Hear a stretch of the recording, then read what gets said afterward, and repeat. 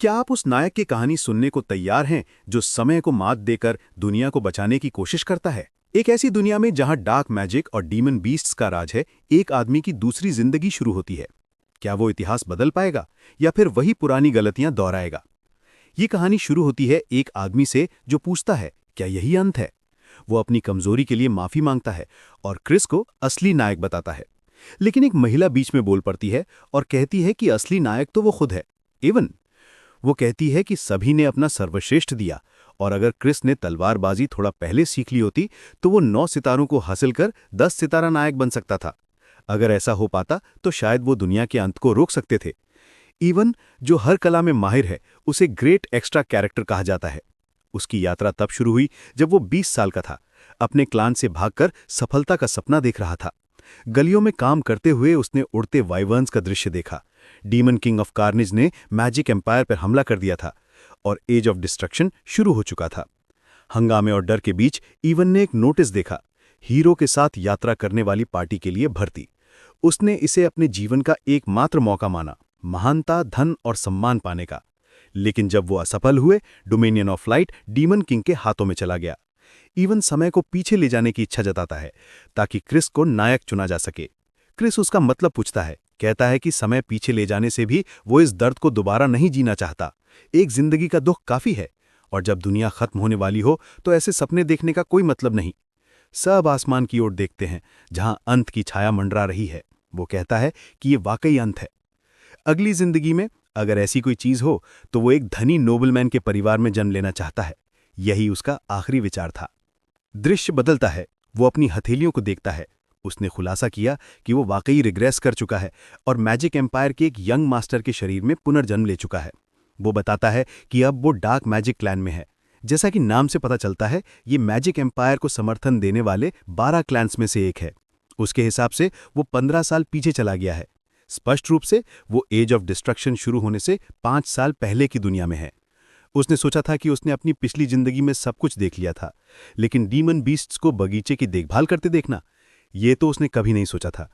वो पक्के तौर पर जानता है कि वो किसके शरीर में है। उसका नाम है क्रिस्टियन वॉन बैरन खजार। क्रिस एक फॉक्स वुमन से बात करता है जो उसे वॉन नाम के एक फींड की कहानियां सुनाती है। वो बताती है कि काउंट काजार का घर बैरन काउंटी या डार्क मैजिक क्लैन की एक शाखा है। क्रिस इसकी ताकत के बारे में पूछता है। वो जवाब देती है कि एक कमजोर नहीं है। भले ही एक शाखा परिवार है, डार्क मैजिक क्लैन में इसकी अच्छी प्रतिष्ठा है और हाँ, वे बेहद धनी भी हैं। उसे शक है कि मैजिक एम्पायर में कोई ऐसा होगा जो इनके बारे में न जानता हो। उनके 2 संभावित उत्तराधिकारी हैं, लेकिन बड़ा बेटा क्रिस्टियन वाकई एक बदमाश है। वो हमेशा इधर उधर मुसीबत खड़ी करता रहता है। काउंट काजार ने आखिरकार उससे उम्मीद छोड़ दी, लेकिन अब ये पुरानी बात हो चुकी है। क्रिस ने पूछा कि क्यों और क्या उसने कुछ ठीक किया या कुछ और वो कहती है कि नहीं, वो वास्तव में अपने रिश्तेदारों द्वारा मारा गया। वास्तविकता में वापस। क्रिस बहुत घबरा रहा है। फिर वो कहता है कि वो बस एक सामान्य अमीर परिवार का बेटा बनना चाहता था और सोचता है कि उसे यहाँ क्यों आना पड़ा, क्यों उसे ये व्यक्ति बनना पड़ा, क्योंकि उसकी मृत्यु तय है। और वो सोचने लगता है कि उसने क्या गलत किया। खुद को कहता है कि वो इस शरीर में जागा जिसके पास संयोगवश उसके नाम जैसा ही एक सिक्का है। केवल 3 दिन हुए हैं और उसे अब से 2 साल बाद मरना है। ये तथ्य कि उसे हाउस ऑफ काउंट काजार में खत्म कर दिया गया, एक ऐसा परिवार जो सम्मान को बहुत महत्व देता है, इसका मतलब शायद वो एकदम घटिया इंसान था और अगर वो चुपचाप और अच्छे से रहे तो शायद वो अपनी मृत्यु से बच सकता है। लेकिन वो कहता है कि चूंकि वो एक अमीर बच्चे के रूप में जागा है, उसे बस अपनी देखभाल करनी चाहिए और धन और सम्मान का आनंद लेना चाहिए। लेकिन वो खुद को वास्तविकता की याद दिलाता है, अपने माथे पर मारते हुए कहता है कि ऐसा होने का कोई तरीका नहीं और ये कि रैग्नारॉक, दुनिया का अंत, भी वो कारण है जिसके लिए डीमन किंग ऑफ कार्नेज ने ये युद्ध शुरू किया था। ये मानवता को बलिदान के रूप में पेश करने के लिए था ताकि रैग्नारॉक पूरा हो सके। और जब तक उन्हें इसका एहसास हुआ तब तक बहुत देर हो चुकी थी और डोमिनियन ऑफ लाइट और दुनिया दोनों का अंतिम विनाश हो गया। तो अगर वो जीवित रहना चाहता है तो उसे एपोक्लिप्स को रोकना होगा। और डीमन किंग ऑफ कार्नेज एक बात है, ये देखते हुए कि उसने ही युद्ध शुरू किया, बड़ी समस्या ये है कि मैजिक एम्पायर के अनगिनत फींड्स उसके प्रति वफादार हैं। इसे रोकने के लिए उसे डीमन किंग से भी अधिक शक्तिशाली बनना होगा। इस रफ्तार से उसके पास केवल एक ही रास्ता है, उसे डीमन एम्परर बनना होगा और मैजिक एम्पायर के शिखर पर बैठना होगा। उसे डिस्ट्रक्शन के युग की शुरुआत से पहले 5 साल दिए गए हैं और वो कोशिश कर सकता है, और अगर वो सफल हो गया तो ये पूरा एम्पायर उसका हो जाएगा।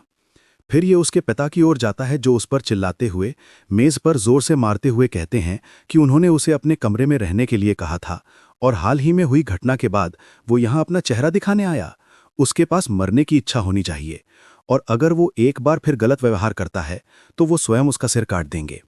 क्रिस कहता है कि काउंट कजार वाकई एक डरावना व्यक्ति है, लेकिन क्रिस कहता है कि वो यहाँ अब तक किए गए सभी गलतियों के लिए माफ़ी मांगने आया है, क्योंकि अगर वो अपनी योजना के साथ आगे बढ़ना चाहता है तो उसे अपनी भयानक छवि से छुटकारा पाना होगा। उसके पिता पूछते हैं कि वो क्या कह रहा है, और क्रिस घुटनों के बल बैठ जाता है। कहता है कि वो अपने किए हर काम के लिए वास्तव में माफ़ी मांगता है, और ये फिर कभी नहीं होगा। उसके पिता पूछते हैं कि क्या वो वास्तव में ये विश्वास दिलाना चाहता है कि ये उसकी आखिरी हरकत के कुछ दिनों बाद ही है, और क्या वो उसका मजाक उड़ा रहा है। क्रिस सोचता है कि उसने आखिर क्या किया। उसने इतनी सारी कहानियां सुनी हैं कि वो ये भी नहीं सोच पा रहा कि ये क्या हो सकता है। क्रिस कहता है कि उसमें विश्वास खोने की गलती उसकी है। हालांकि 3 दिन पहले उसने ये भी उल्लेख किया था कि उसने अपनी यादों का एक हिस्सा खो दिया है। उन यादों को पुनः प्राप्त करने के लिए उसने अपने पिछले कार्यों पर विचार किया, और उसे एहसास हुआ कि वो कितनी गलत तरह से जी रहा था। उसका दिल इस सच्चाई के साथ धड़कता है। उसके पिता कहते हैं कि उन्होंने उसकी बहाने अनगिनत बार सुने हैं। क्रिस कहता है कि यह सही है, क्योंकि केवल शब्दों से बनाए गए बहाने कुछ भी नहीं हैं, और वो अपने कार्यों से दिखाएगा कि वो आगे बढ़कर एक अलग व्यक्ति बन जाएगा। और वो चाहता है कि उसे पनिशमेंट केव में भेजा जाए, और वो वहाँ 1 महीने तक रहेगा और उसे एक अलग संस्करण दिखाएगा। हमें पता चला कि पनिशमेंट केव एक जेल है जो उच्च दर्जे के फील्ड्स के लिए इस्तेमाल होती है, जहां ना सिर्फ रोशनी नहीं होती बल्कि आपके 5 इंद्रियां भी बंद हो जाती हैं। यहाँ कुछ ही दिन किसी का दिमाग खराब करने के लिए काफ़ी हैं, लेकिन क्रिस के लिए ये अभी सही जगह है, क्योंकि उसे दूसरों की नज़रों से बचने की ज़रूरत है। उसके पिता पूछते हैं कि क्या वो सचमुच पूरे 1 महीने तक वहाँ बंद रहेगा, क्योंकि उन्हें शक है कि वो अलादीन भी टिक पाएगा। क्रिस कहता है कि वो अच्छी तरह जानता है कि ये कितनी मुश्किल जगह है, लेकिन उसे लगता है कि ये कम से कम ज़रूरी है ताकि उसके पिता उस पर भरोसा करें। उसके पिता उसकी ओर देखते हैं और पूछते हैं कि क्या उन्हें पता है कि उन्होंने ऐसी बातचीत कितनी बार की है।